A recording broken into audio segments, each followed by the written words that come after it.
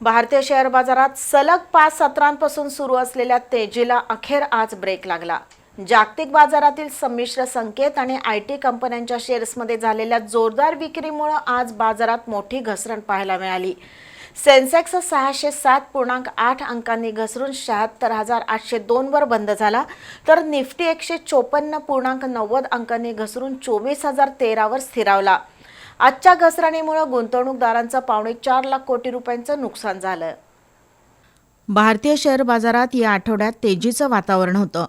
America आणि Iran यांच्यातील युद्धविरामामुळे बाजारपेठ वधारली होती, मात्र जागतिक बाजारातील संमिश्र संकेत आणि आयटी कंपन्यांच्या शेअर्समध्ये झालेल्या जोरदार विक्रीमुळे आज बाजारात मोठी घसरण पाहायला मिळाली।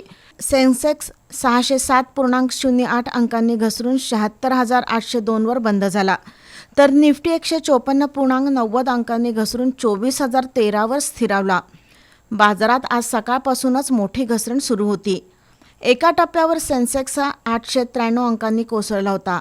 आजचा सेन्सेक्सचा निच्चांकी स्तर 76,469 आणि निफ्टीचा 23,901 इतका राहिला। मात्र बाजार बंद होताना पुन्हा सेन्सेक्स 76,802 वर जाऊन स्थिरावला। एक्सेंचर या कंपनीच्या नफ्यामध्ये मोठी घट झाल्यानं जागतिक पातळीवरील ही दिग्गज कंपनी एकूणच आयटी क्षेत्रावर करणारा खर्च कमी करेल अशी भीती निर्माण झाल्यानं आयटी कंपन्यांचे शेअर्स घसरून बाजारात पडझड झाली।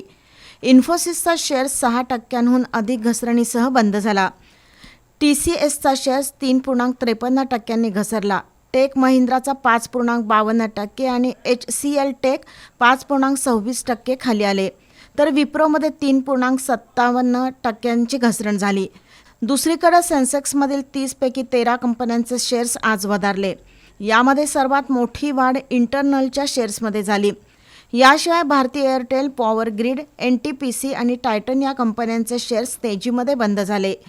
सलग मिळालेल्या मोठ्या नफ्यानंतर आज गुंतवणूकदारांनी नफा वसुलीला प्राधान्य दिलं, त्यामुळे बाजारात घसरण झाली। आजच्या घसरणीमुळे गुंतवणूकदारांचं 4.5 लाख कोटी रुपयांचं नुकसान झालं।